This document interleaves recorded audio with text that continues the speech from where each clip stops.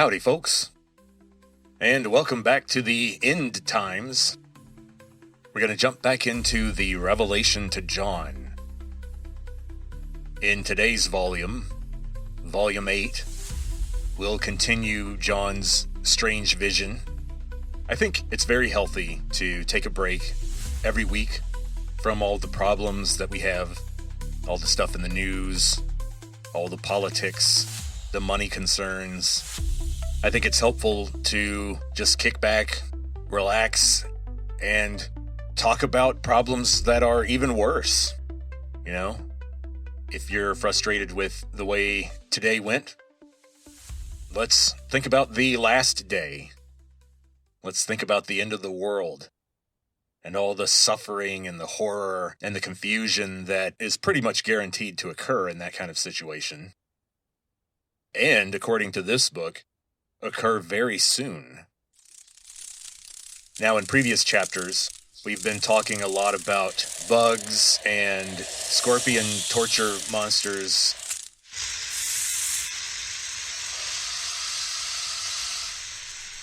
and people in lots of pain. But then also other people escaping into the world of Porneia.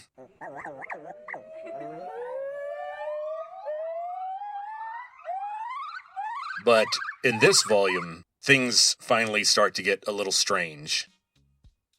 Up until now, John is just an ordinary guy having an ordinary day. And we're just sort of waiting for something odd to happen. Or waiting for him to say something bizarre or shocking. And he hasn't yet. It's been pretty dull. But in this volume, we finally get some confusing imagery. More confusing than horrific in this volume. The next few chapters are mostly just creepy and confusing. And here's the thing. There's no real go-to, solid, recognized interpretation for any of this stuff. There are questions all around. Whether you're coming from an Orthodox Christian perspective, at this point in the book you might be starting to wonder about John's theology. And if you're coming from a historical perspective, you might become a little dazzled by how readily and how easily John equates Rome with Satan. In the next two chapters that we'll cover in volumes 8, 9, and 10, we will see that this is the last Jedi phase of the book of Revelation. It's the one that subverts our expectations. These are the books that divide the audience. And Revelation is a very divisive text. That's why I like it. It's creepy. It's unsettling. It's complicated. It's written in a dead language. I mean, what's not to love? And even better, it's written in a dead language in a confusing stream of consciousness style. And it's clearly written by a man who has deep political and religious biases that he seems to be applying to a genuine, extreme mental experience that he had on this island. The Isle of Patmos.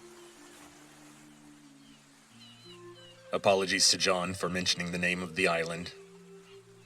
He made it clear that he didn't like the place, and he didn't want to be there. And I think at this point, we're all starting to get the clear indication that this material was written by a man who was suffering and was alone. There's a very large and perhaps unhealthy dose of despair and anger in the material. So what's not to love? And I'm excited to find out what's going to happen when the 7th trumpet blows. I know we've all been waiting for weeks now. Surely it's going to be really great and conclusive and clear, and we're all going to understand it. There's zero chance it'll be strange or anticlimactic, right? Not the Book of Revelation. Well, I'm ready. Let's hear that 7th trumpet.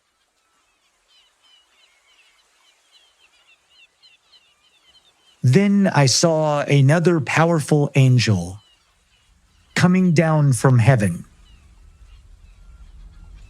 He was dressed in a cloud, and there was a rainbow over his head.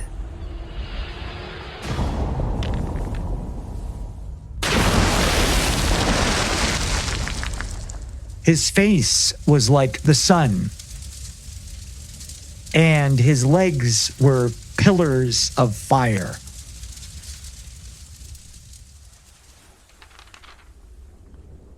He held a small scroll in his hand, and it was opened. He stood with his right foot in the sea, and his left foot on the land. And he shouted so loudly,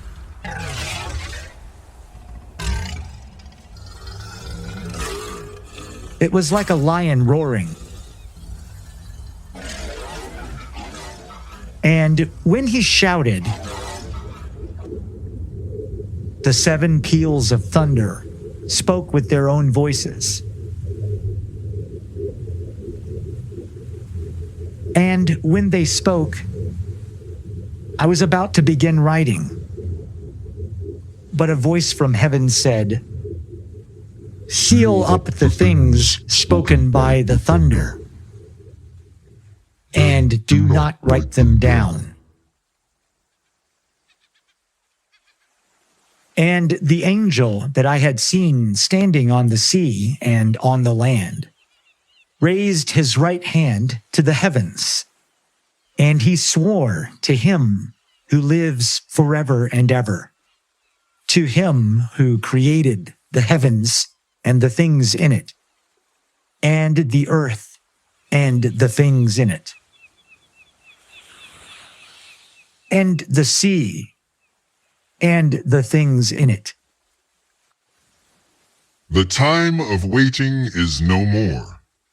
In the days of the sound of the 7th angel, when he is about to blow his trumpet, the mystery of God will be fulfilled, just as he declared to his servants, the prophets.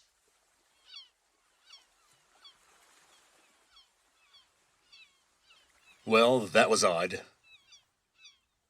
And let's go ahead and get some of the Greek out of the way real quick before we start to talk about what the heck does that mean.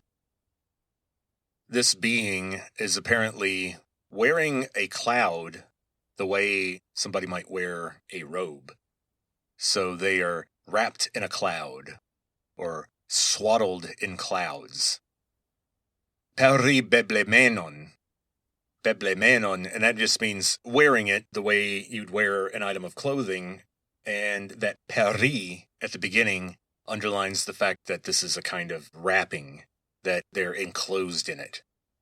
And nepelein is cloud, a cloud. Next, we are told that this angel is holding a biblaridion. That bibla might sound familiar. That is the Greek word for a book or scroll. This word right here, biblaridion, is a diminutive form, which underlines the fact that it's sort of a little scroll. I think of something more like maybe a receipt from Target or somewhere, rather than a giant scroll that is a foot or two wide that you have to unroll at arm's length in front of your face. This seems to be something you can hold easily, say between 2 fingers. So maybe not a CVS receipt. Maybe more like Michael's, something more reasonable. Michael's or Hobby Lobby. And so we have the angel showing up, strangely dressed. There's this little scroll. We are also almost overhearing what voices of thunder are saying. Chai Hepta Brontai, the seven thunders, the seven peals of thunder. And John was ordered to sfragison, seal it up, ha elalesan, which is the stuff they said. So, seal up the stuff the seven thunders said, or keep under seal, maintain it as an official secret, what you heard from the seven peals of thunder. And this sfragison might sound familiar. It's a verbal form of the same hard-to-pronounce word for a seal, sealed using a signet device. And so this is clearly a metaphorical statement. John is required to not write down, to refrain from writing down some of the things he heard here. And they say, Me alta grapes. Now, alta. If that sounds like auto, like automatic, there's a good reason for that, because altos or alto are some of the forms of the ancient Greek word for that or it. It just refers to a thing. So alta here just means that stuff. Grapes is a form of grapein, Graphein. Now that Graph should probably ring a few bells. And that is the ancient Greek word for writing or drawing. They didn't quite make that distinction, so me alta grapes means don't write this stuff down.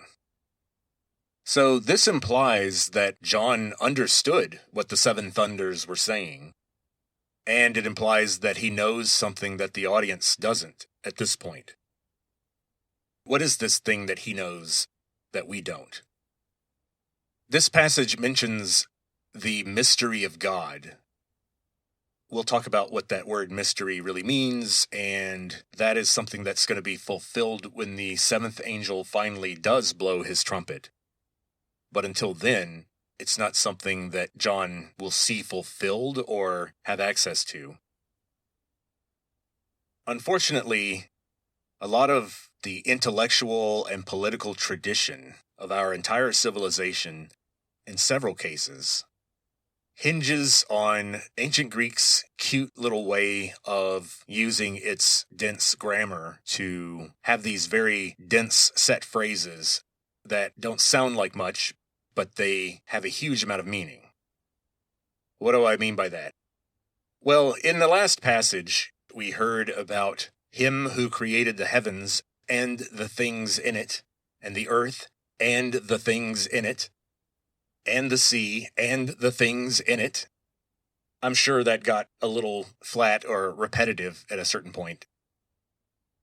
I think this is a good example of what Monty Python was making fun of in The Quest for the Holy Grail, when the monk named Brother Maynard took out the Book of Armaments and began reading the instructions for how to use the holy hand grenade of Antioch.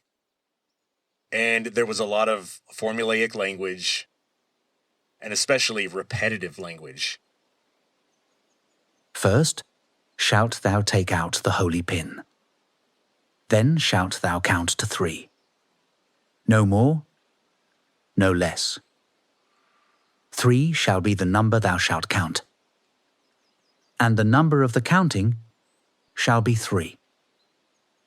4 shalt thou not count, neither count thou 2, excepting that thou then proceed to 3. 5 is right out. Once the number 3, being the third number, be reached, then lobbest thou thy holy hand grenade of Antioch towards thy foe, who, being naughty in my sight, shall snuff it. And a lot of this has to do with how Greek uses its dense grammar to be clever and very clear. And it's something that we don't really do in English. And especially your older, learned, authoritative writers in the ancient world, they were very fond of this kind of what we'll call hyperclarity. So what I'm getting at is that it's tempting to add these kinds of things in Greek because it's so easy to say.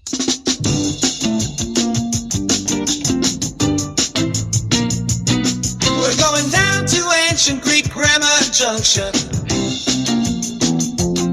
where every word has a specific function.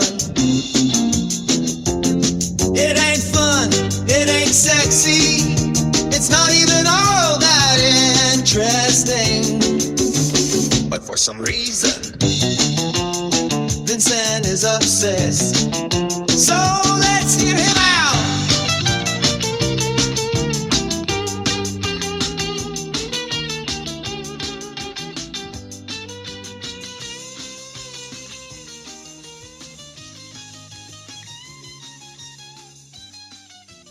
So, and the stuff in it, you can just say kai ta in alte.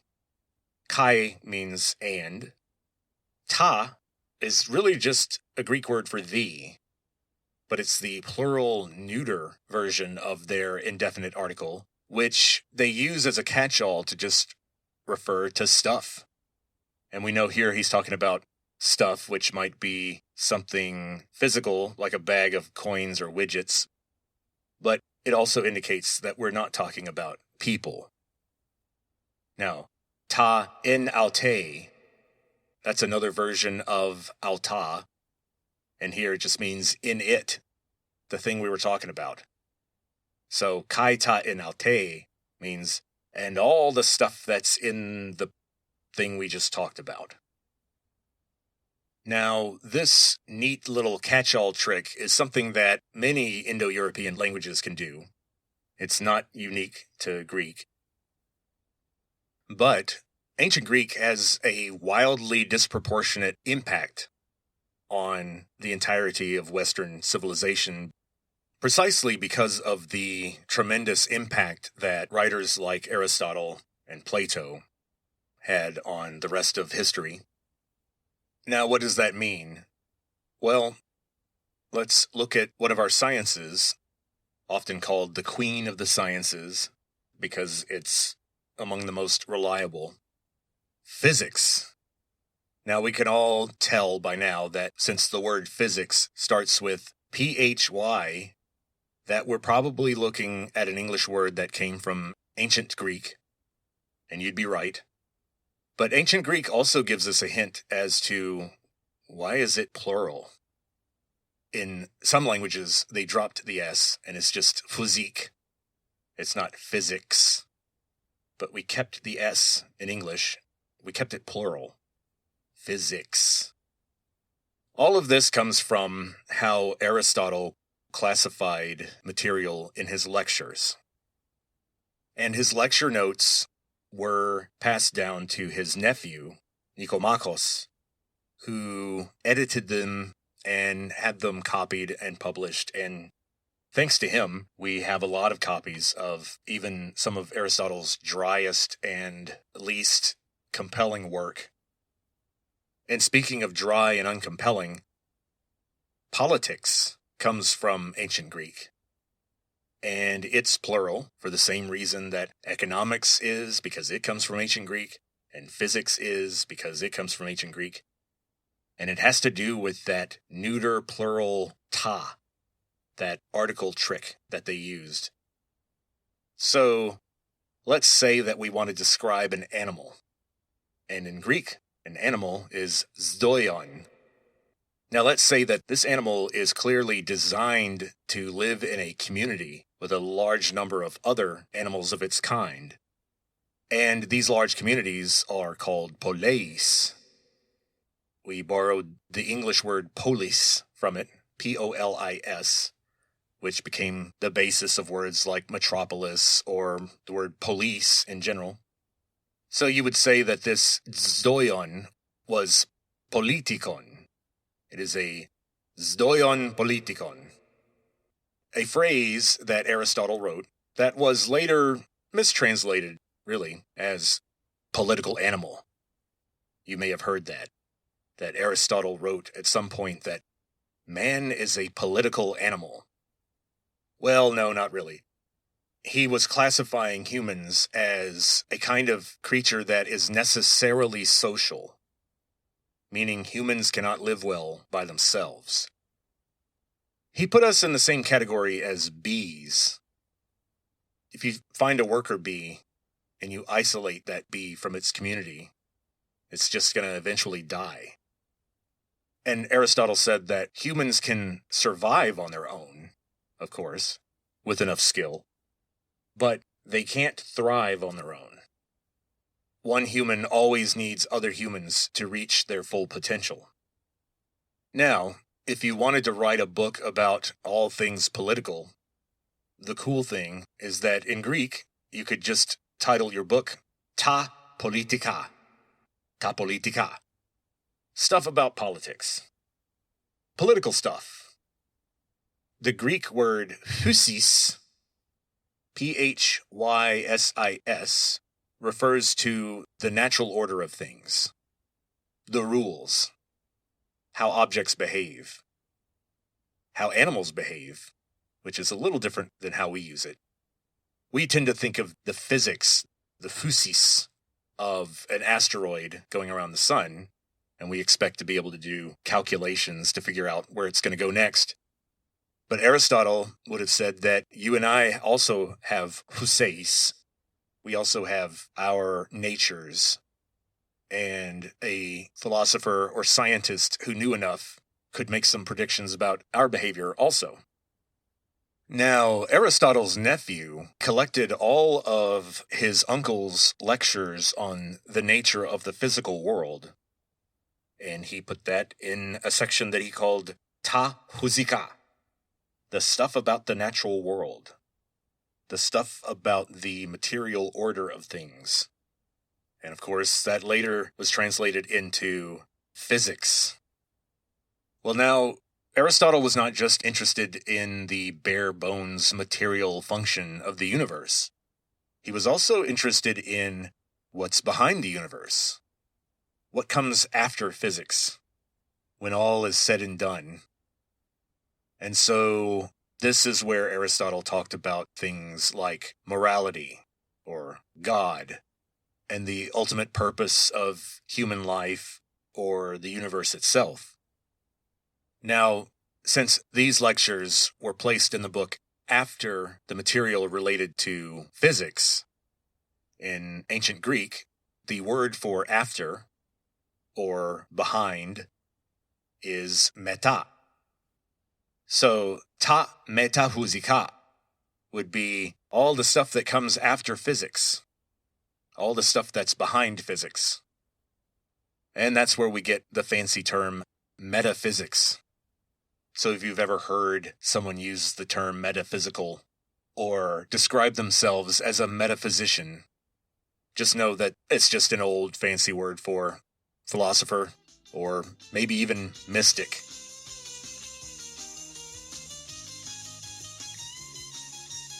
So now we know why a lot of our sciences end in a plural. It's because of the roundabout grammar tricks that Greek writers used. And they get frozen and imported into English. And this is the kind of thing that just makes undergraduates wrinkle their eyebrows and sigh and memorize the next pointless thing to move on. Because we got saddled with a pretty broad variety of thinkers in Western civilization. And they definitely brought their own cultural and linguistic habits to bear. It's part of why the Western tradition is so rich, but also complicated. And speaking of complicated, let's turn our attention back to John the Elder, our author here. Unfortunately, we are going to come right back to Aristotle shortly, so apologies in advance.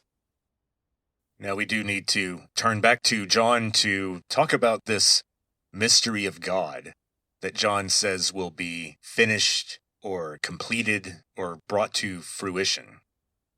He says, Kai eteleste tot mysterion tu teu hos euangelisen.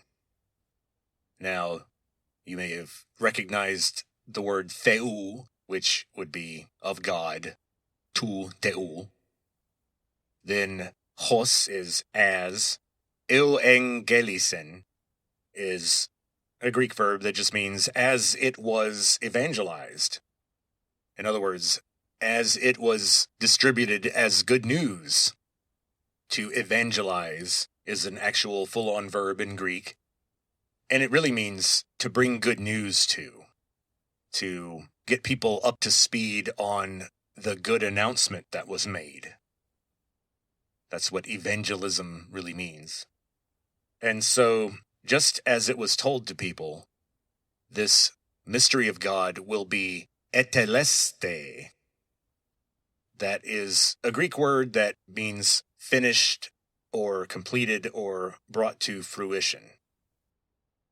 Now, that causes a little bit of an issue for me because mysteries aren't usually completed or finished. They're normally solved. They're made to go away. They are replaced with knowledge. And I wanted to point out that although we get our word mystery from ancient Greek, the weird use of Y at the beginning is a good clue. But I wanted to say that what happened was, in modern thought, there became this division between problems and mysteries. And problems were practical situations that we had to deal with, and we figured out the facts, and we developed some sort of process for dealing with that problem. Mysteries are a little different. They're considered maybe less immediately necessary in terms of what you need to study or work on. And a lot of times, mysteries are these subjects that humans have sort of given up on, that we have left alone for mystics or ancient writers or podcasters to rant about in the middle of the night. And that's not really the sense of the ancient Greek word. It really just means a secret. It's a word that refers to complex information that has to be revealed to somebody. In other words, it's not information you can figure out yourself. We also have to bear in mind that in the non-Christian world that John is familiar with, there are thousands of what were called mystery cults. And basically, these were rites that you could be initiated into where you were given secret information about a particular god that only adherents to a particular cult knew about. These divine secrets that are handed out only to certain people is something that's extremely prevalent in the non-Christian world. And so when we think of the Greek word mystery in this way, it makes a lot more sense when we pair it with a word like fulfilled, since what John is really saying here is not that in the very end we're finally going to find out what this God guy is all about. He said that God has been declaring certain things to us all along. And this verb eteleste is really telling us that God's purposes will be brought to a conclusion, that God's plan will reach an end. It's an ending. It's the reaching of a purpose or a goal. And unfortunately, this brings us back to Aristotle. Aristotle wrote a lot about the purpose or the goals or the end of something. And since he wrote in ancient Greek, albeit 400 years before John the Elder, Aristotle used a word that is basically a noun companion to the verb eteleste that we just saw here. And it's the Greek word telos. Telos. You would transliterate that T-E-L-O-S. And it just means the end, as in the purpose or goal of something. So, what's the purpose of life? That's something humans ask all the time. What is my telos? What is the telos of the earth? In other words, why did it form in the first place? What's it supposed to be? How long is it going to be here? These are the concerns of what came to be known in philosophy as teleology.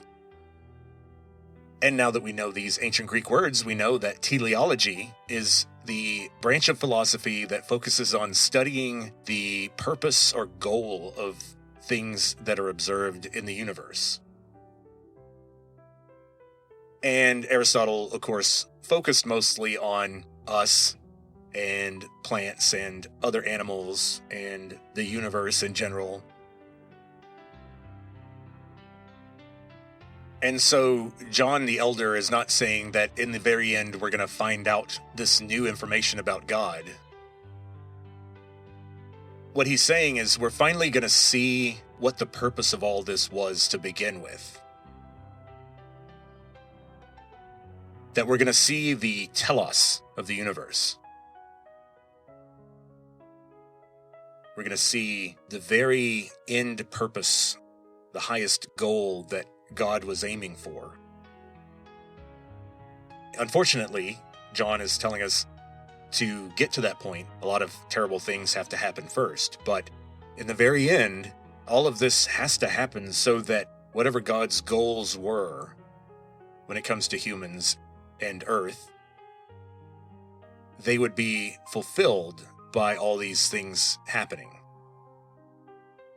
That they would be brought to a conclusion because of the terrible things that are happening. And once again, I have to bring us back to the word dei, transliterated D-E-I, which is basically a Greek word for must. It's moral necessity that this occurs. Okay, so we're not going to get a seventh trumpet, but what's going to happen next? This next passage closes out chapter 10 of the Revelation to John.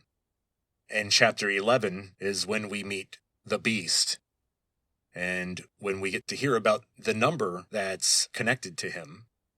So, this closing out of chapter 10 probably is going to be memorable. Something has to happen. And I'm sure whatever happens next is going to be normal and not strange or confusing or upsetting at all. I mean, why would it be? So let's see what happens next to close out chapter 10. And the voice that I heard coming from the heavens was speaking to me again. It said, "Go and take the open scroll from the hand of the angel standing on the sea and on the land."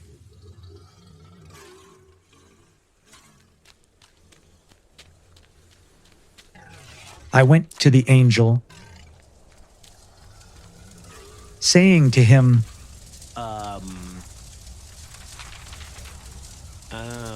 Can I "Give me the little scroll." have that little scroll, please? And the angel said to me, Take it, Thank you.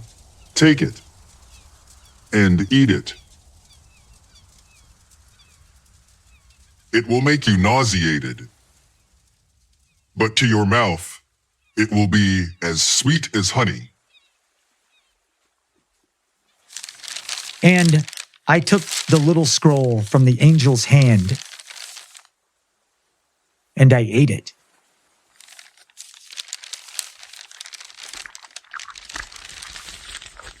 And in my mouth, it was sweet like honey, but my stomach became bitter. And they said to me, "You must again prophesy to many races and nations and languages and kings."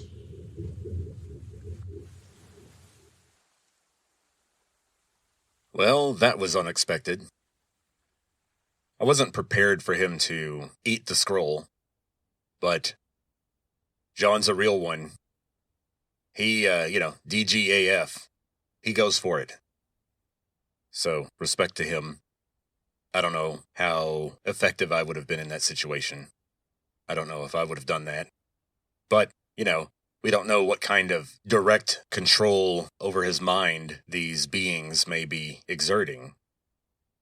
So he eats the scroll, and that definitely is another example of the subverted expectations that I was talking about earlier. And so we have another The Last Jedi situation where John is just keeping us on our toes in terms of storytelling expectations. Now, what does it mean? I think most scholars and analysts have been forced to accept that this is probably just a symbolic statement, as in, you may think it's pleasant to know the mind of God. That may be an idea that is sweet to the taste, but you may regret having that knowledge. God's plans are not necessarily for humans to understand or to deal with. So I think it might be referring to a contradiction there where humans find consolation in seeking God and studying the experiences of people like John. But there's a price to pay. I guess it's like that old idea that if you stare into the abyss stares back at you. John is certainly having to endure his share of bitterness in his life because of his beliefs and the testimony that he has upheld, as he would say. I want to mention now that in the very next passage, the angel goes on to give John a job, a task, after telling him that he was going to have to do a lot more prophesying to a lot more people. I wanted to get that out of the way to make sure people understood that John doesn't fall asleep after eating the scroll. He doesn't suddenly wake up the next morning with a bad headache and a hankering to go get some letter writing done. So, John eating the scroll doesn't seem to have some sort of physical effect in the story or in his vision. Now, of course, I got to mention a couple of Greek words here. The Greek word for sweet should be very familiar. Glykou. Glykou. And it would be transliterated Glyky. Glyky. Glykou. And we hear echoes of the ancient Greek word glykou in English words like glucose, or this new medical term I hear, glycemic index, GLYCEMIC. So as you can see, words that relate to sweetness or sugar or carbohydrates that start with GLU or GLY come from glykou. That's not a very pleasant word, but it does represent something very pleasant in Greek. It's not the word for sugar, because they didn't have refined sugar in antiquity. So it really just meant the taste of something that's sweet. And believe me, the standards for what qualified as sweet were pretty low in antiquity. Food in general must have tasted pretty bad. We know that refined sugar was nowhere to be found. Definitely no high fructose corn syrup. And even the fruit back then, we would have found to be very sour and not very sweet. Because apples, oranges, cherries, all that stuff has for the last 100 or so years been bred to be sweeter and sweeter and sweeter every year.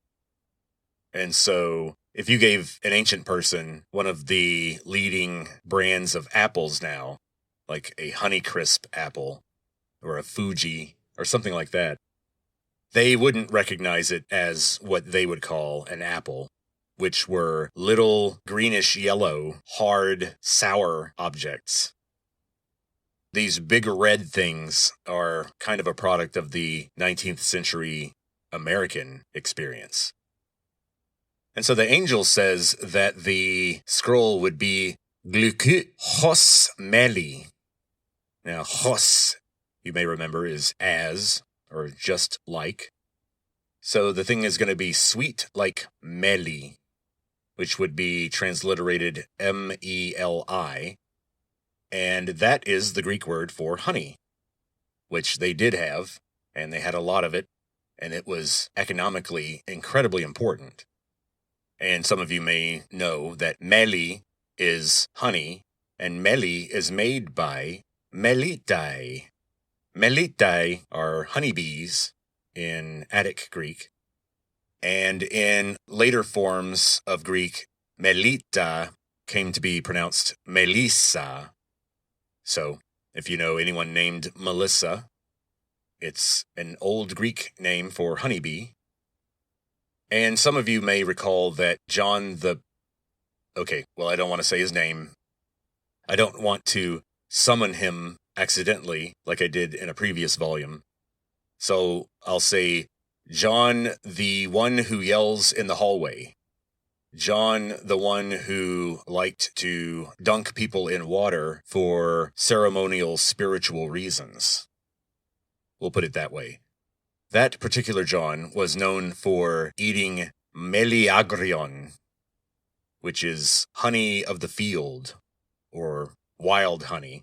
In other words, honey that he took from wild honeybees. He wasn't doing any beekeeping out there in the wilderness, in other words. And so, as you can see, that's an example of someone in the Bible eating something they wouldn't normally eat.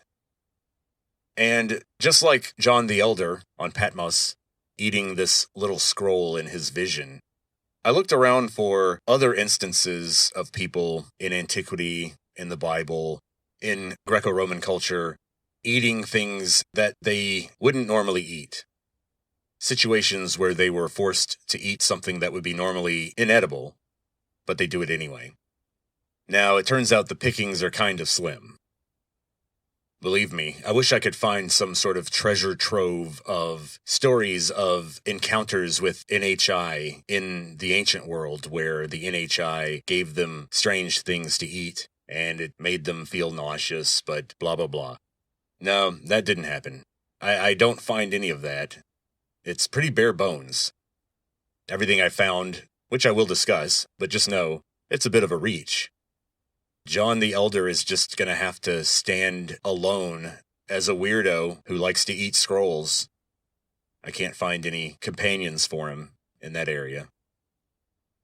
Unless you stretch the context from eating things that are normally inedible to just eating things you're not supposed to eat. How about that? If you give me that much room, then I can find some good stories for you. You find that in Homer. You find it in Celtic myths. We'll talk about fairy food shortly. But the one big story that I could find that seemed to have multiple connections with what just happened between John the Elder and this angel has to do with the story of Persephone. Now, Persephone was a deity. She was the daughter of Zeus and Demeter, otherwise known as Demeter or Demeter. The original pronunciation was something like Demeter, if you're going with the Attic pronunciation. We'll talk about the Doric pronunciation shortly, which is going to be revealing.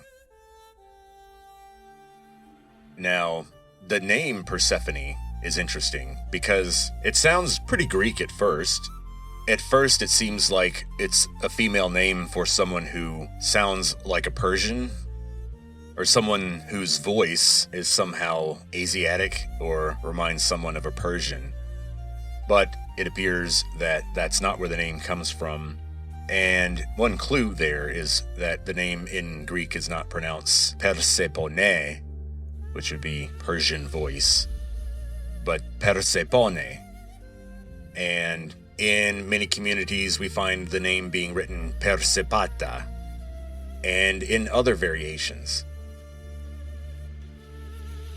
And so, historians, looking at all the variants of her name and how it doesn't seem to correspond with actual Greek elements, given all of that information, historians have begun to think that Persephone was a local deity, a goddess of agriculture, that was worshipped by the indigenous people who lived in what's now Greece before they were invaded by the horse-riding Caucasians from farther north in the Balkans, who brought the actual Greek language with them. And so what we're seeing here is a little bit of a collision between two cultures. And remember from the episode on the mutants from the Caucasus, we talked about how the indigenous people of Europe that were invaded by the Indo-Europeans were small, scattered farming communities. So that's why the gods that the Caucasians brought with them were gods of thunder and the sky and things like that, where the local deities that represented the local springs or snakes or barley, those were not brought by the Caucasians. So Persephone was the daughter of the chief deity and Demeter, which in Attic Greek would be pronounced Gemeter, kind of like Gemeter. Now, that GE might ring a bell. Ge, or Gaia, is earth in Greek. So, in Doric Greek, Demeter was Damater. So, long story short, Demeter means Earth Mother, Mother Earth. She was the goddess of the earth that the agricultural people worshipped before the blue-eyed Caucasians showed up and changed their political system and forced them to also worship their gods of thunder and lightning and the sky and all that stuff. The gods they brought with them. In fact, it's interesting because you can almost see the symbolism here. The chief deity brought by the horse-bound invaders, Zeus, is, of course, immediately paired up with the Earth Mother, the deity that represented the land under the feet of the people who were just conquered. And so here's Persephone, Persepata, this little girl who is the product of the union between these two. Persephone's iconography involves ears of grain, or sheaves of barley or wheat. And there's some indication that her name in the indigenous language refers to that particular part of the plant. So she's very much a symbol, an agricultural goddess.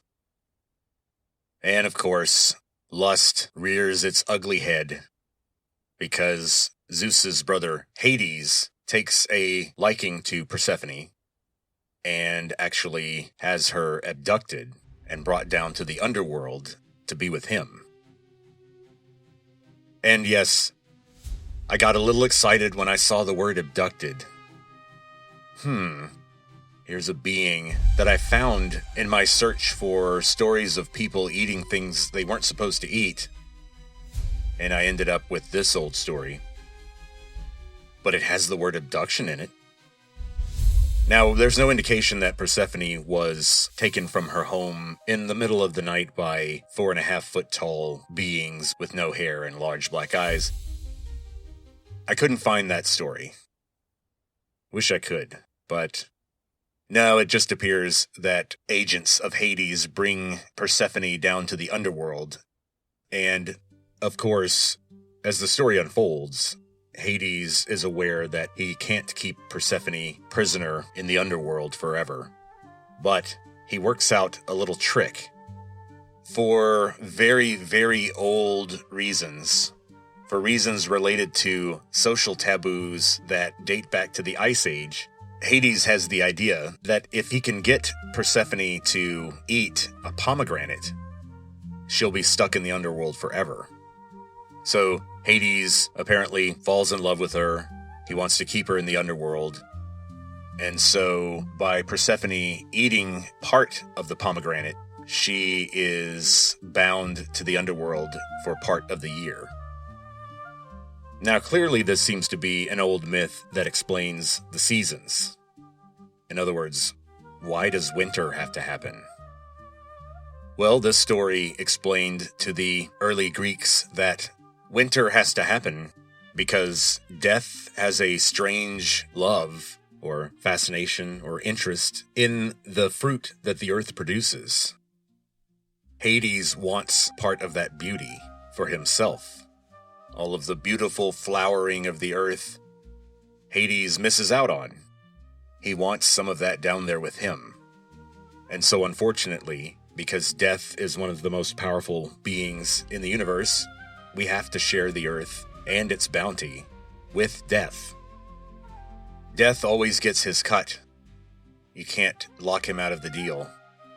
And we know that the ancient Greeks took this story seriously, and they saw this symbolic connection between life and death in the story, because Persephone's story plays a role in what was called the Eleusinian Mysteries. There was a city called Eleusis, Eleusis, and there was a mystery cult that developed there and spread from that area. And just like I had mentioned earlier, these mystery cults were religious rites that people could choose to undertake, and they were given various types of cultural or political value. In other words, if you've undergone or undertaken the Eleusinian Mysteries, that means you participated in certain secret rituals and were given certain secret information that you were supposed to take to the grave, only discuss with other initiates, and it gave you an advantage in life and in the afterlife. The Eleusinian Mysteries were about the afterlife in particular. They were about negotiations with Hades. And they were extremely popular and widespread. I always found it fascinating that people like Socrates was well known for having undergone the Eleusinian mystery rites. Whatever secrets about the underworld were revealed in those rites, Socrates was there as a young man and participated in that. And I think that's fascinating because, of course, Socrates goes on later in life to be convicted and executed for his impiety. In other words, denying the existence of certain gods. Socrates had this crazy idea that what if there were far fewer gods than we thought? What if the divine forces in the universe were a lot more rigid and aligned and not nearly as chaotic or conflicting as people tended to think? Now, for someone who went on to be executed for suggesting that maybe a natural cycle of heating and cooling was responsible for rain and thunder and lightning, and maybe not just Zeus getting bored, for someone who was eventually forced to drink hemlock tea and die from suffocation laying on a stone slab in Athens one night, waiting for his diaphragm to stop moving. Of course, we'll have to do an entire episode about the trial and death of Socrates.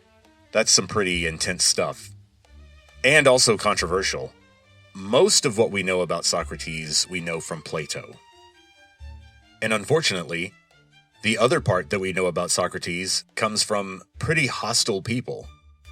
So we really have to triangulate to try to figure out who Socrates really was, because one thing is for sure, he was an extremely divisive figure.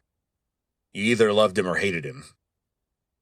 But in any case, even someone as out of the loop and unusual and iconoclastic as Socrates also participated in the Eleusinian mysteries, as did Themistocles and all these other leaders of Athens that were champions of reason and institutions and organization and logic. But yet, they still had strong feelings and reserved a definite place in their life for the irrational secrets of the underworld. Secrets that might help bring about a better afterlife. Because remember, in the pre-Christian world, there's no telling where you ended up after death. And people were not sorted into good and bad. The idea that there was a good place to go after you die and a bad place that you go after you die is generally credited with the Persians, a development that occurred in the areas ruled by Persia in the Eastern Mediterranean and, of course, what's now Iran, from, say, the Bronze Age collapse all the way down through the Roman period. Now, we've talked about Persians and Romans, and we've been all over the Mediterranean.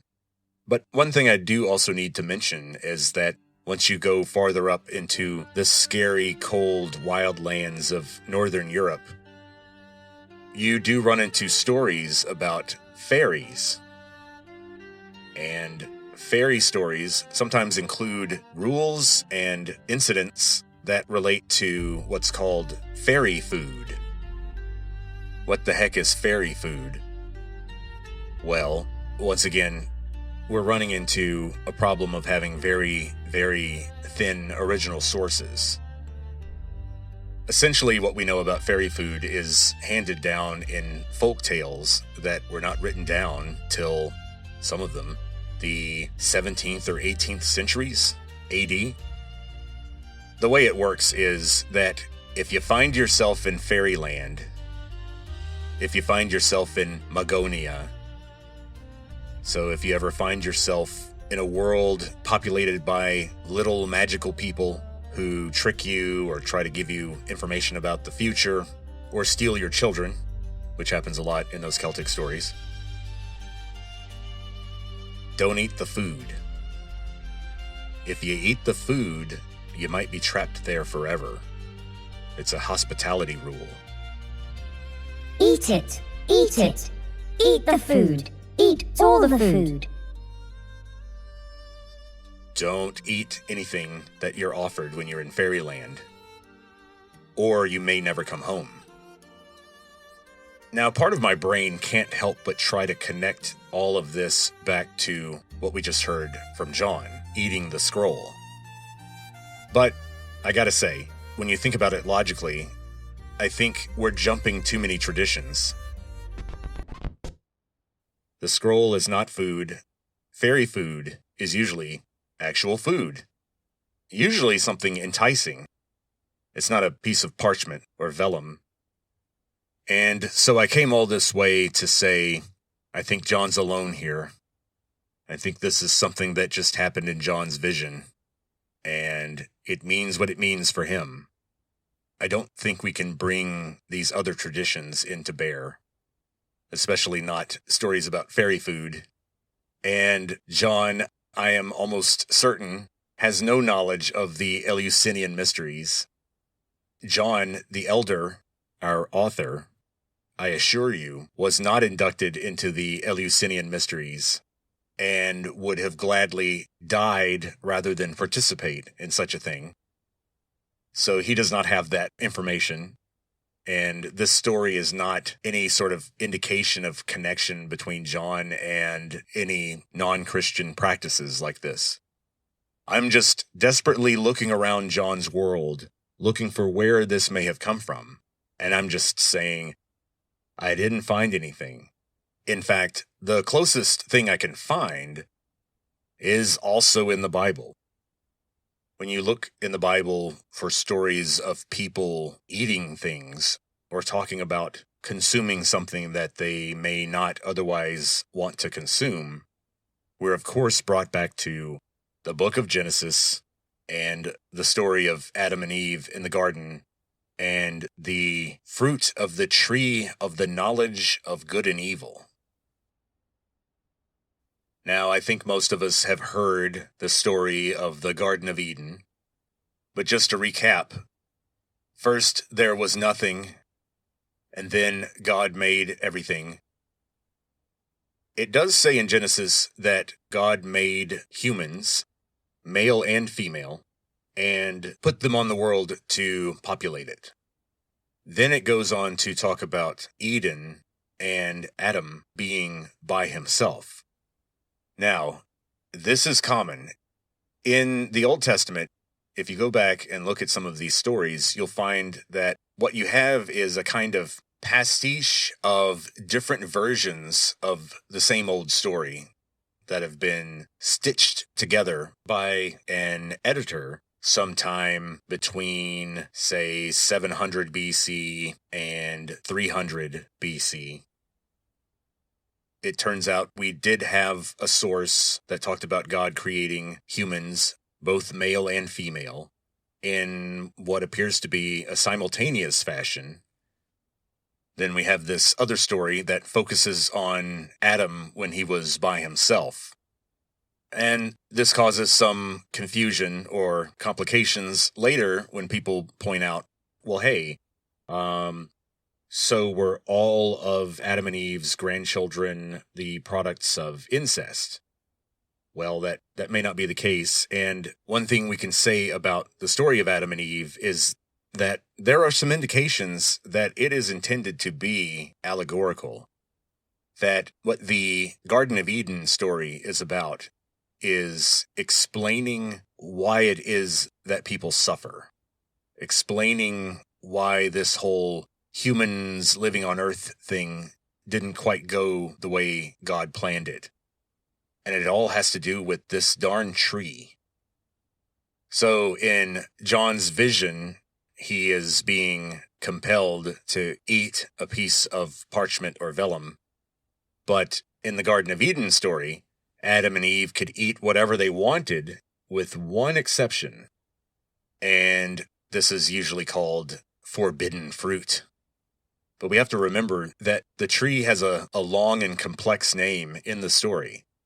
It's the tree of the knowledge of good and evil. It's not the tree of knowledge. It's not a tree of evil or good. There's not like fruit on it that's evil or fruit on it that's good, and that's why the tree is dangerous. No, it's when you eat from this tree, it gives you a perception. It gives you an ability you didn't have before. Now, the Latin Vulgate translated the Hebrew into lignum scientiae boni et mali. So lignum would be the tree, scientiae, of knowledge, the root of our word science, and then, well, knowledge of what? Boni, of good, et, and mali, of evil. Boni et mali. And so a lot of scholars and a lot of people like me see this as an allegory about the burden of moral responsibility. The tree represents reaching a level of free will and self-awareness. It represented the point at which Adam and Eve achieved a level of free will and self-awareness at which God was forced to hold them accountable for the actions that they took. It's clear that God originally did not see Adam and Eve that way. It appears that he didn't want to see them that way. He didn't want them to see themselves that way. There was a level of responsibility that God was willing to forego in humans. He was going to give us a pass because we were innocent. Sort of like when, in my past, some of the various cats that I've lived with, they've done some pretty crummy things, but you have to look at the universe from their point of view. they're not the same intensely social creatures that we are. And so ideas about reciprocity, deception, don't exactly resonate with them in the same way. And so you can't hold a grudge against a cat for moral reasons, for their moral failures, in the same way that you can judge a human. And I think the wearing of clothing is a really good symbol of that. Remember, before Adam and Eve ate the fruit, they didn't wear clothing, and they didn't feel that they needed to. But once they ate the fruit, then all of a sudden they realized, holy shit, we're naked. What's going on? Put some clothes on, woman. And so what had happened was Eve was talking to the serpent. And what I find really interesting is that the serpent really just tells Eve the truth. The serpent technically doesn't lie to Eve. The serpent says God knows that the day that you eat that fruit, you won't die on that day, but your eyes will be opened and you'll become more like God. So Eve was thinking, I won't die, which is true. She did not die. And I'll become more like God, which is true. She did. And if you read the story, God says after the fruit has been eaten that they've become more like me, or more like us. God was using the royal we. Because they had become more like God, because they could no longer get a pass for being innocent. That's why they had to leave. They had to pack up and go. They couldn't live in the garden anymore because of what they knew. It was a power of discernment that they had about their actions that made it where they could no longer live in this state of being cared for, of being treated like children by God. We had to grow up. I also think that the consequences that God points out for Adam and Eve when they leave are very important. It's interesting. Adam was given one particular punishment, a thing that he had to do for the rest of his life, and all his descendants would have to do for the rest of their lives because of what happened. And Eve was given, well, really two punishments. For Adam, his punishment was that he could no longer just reach out and grab whatever fruit he wanted. He would have to work for his food for the rest of his life. Everything he ate would have to be wrested from the earth through the sweat of his brow. That nothing would come easy for him anymore. That wealth would have to be something that he fought and scrapped for. And the world would be full of the risk of famine, thanks to the knowledge they had.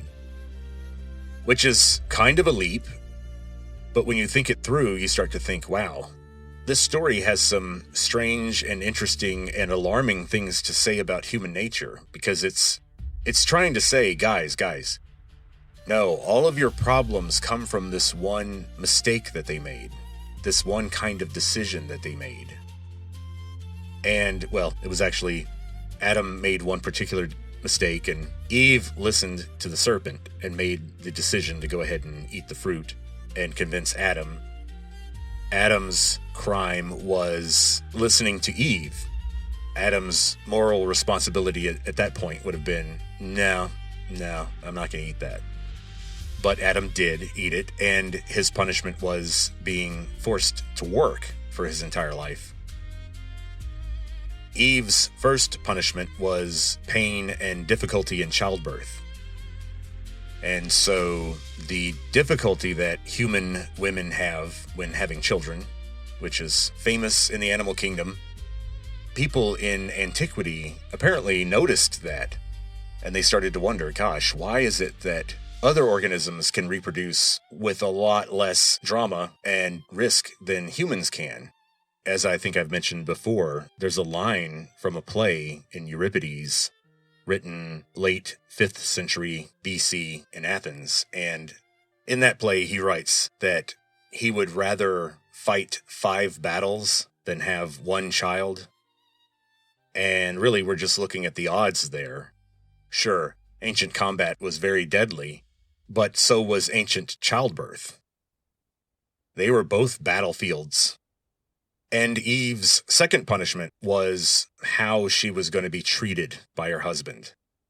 That she was going to be forced into a subordinate position because of the mistake that was made. So you can see that the Garden of Eden story has some similarities to the Prometheus story. In both cases, you have these lesser beings that, quote-unquote, stole a power that they were not supposed to have. In the Garden of Eden, the forbidden fruit that was stolen was a kind of knowledge, an ability to sense the difference between good and evil, moral responsibility. Now, the Promethean myth is a lot more material, a lot more direct. It was just stealing fire. But I think that the Greco-Roman world would have seen the connection. In other words, that discernment, that ability to recognize moral principles was every bit as dangerous and constructive, but also possibly destructive as fire. In fact, once an organism has fire or any other kind of dangerous technology, then their ability to discern good from evil becomes infinitely more important. As I've said before, when I talked about superhero stories, I've mentioned the idea that superhero stories are very good for analyzing moral conundrums and dealing with social issues and moral philosophy, because these are beings that have so much power that their individual actions matter so much that it's a great context for writers to force us to examine people's choices. And so, in general, both the Adam and Eve story and the Pandora's Box story and the Promethean story all have to do with humans beginning to understand that at some point in their past, in their collective past, they made a mistake. We made a mistake.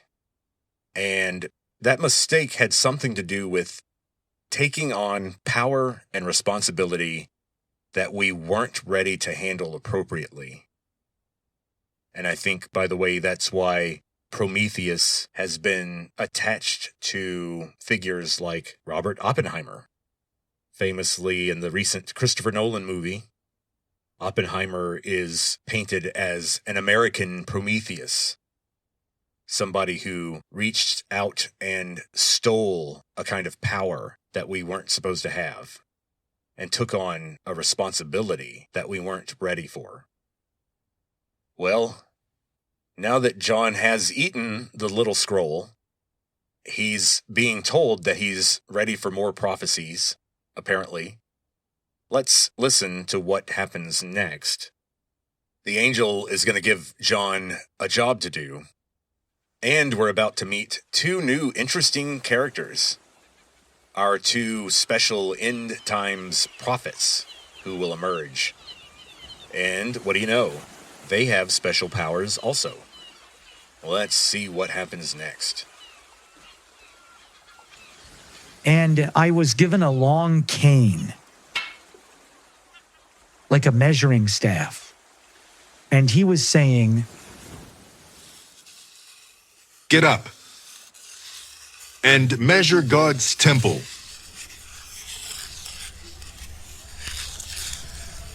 And the altar, and the people who worship there. But exclude the outer court of the temple. Do not measure it, because it has been given over to the nations of the earth. They will trample on the holy city for 42 months.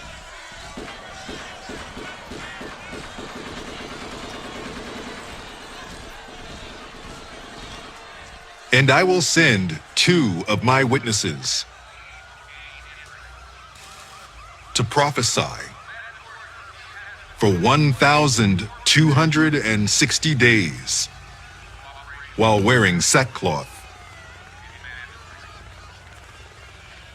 These are the 2 olive trees and the 2 lampstands that stand before the Lord of the earth.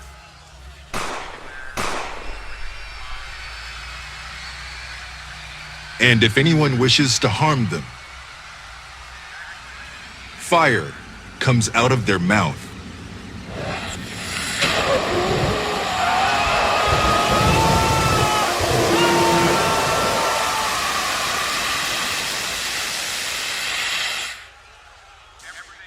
And devours their enemies. So, if anyone wishes to harm them,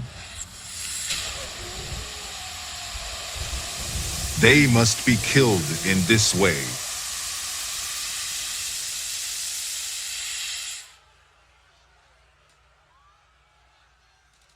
Wow. Okay. Well, these 2 guys are pretty interesting. And we're going to start with these guys at the start of the next volume.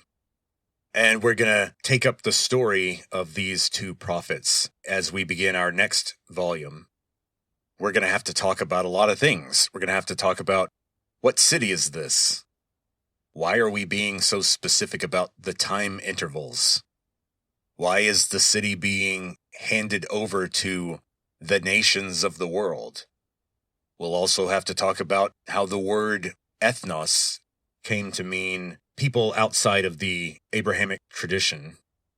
We're talking about a Greek term that is used in a similar way to how we use the word Gentile, although that word comes from the Latin side of things through French, of course.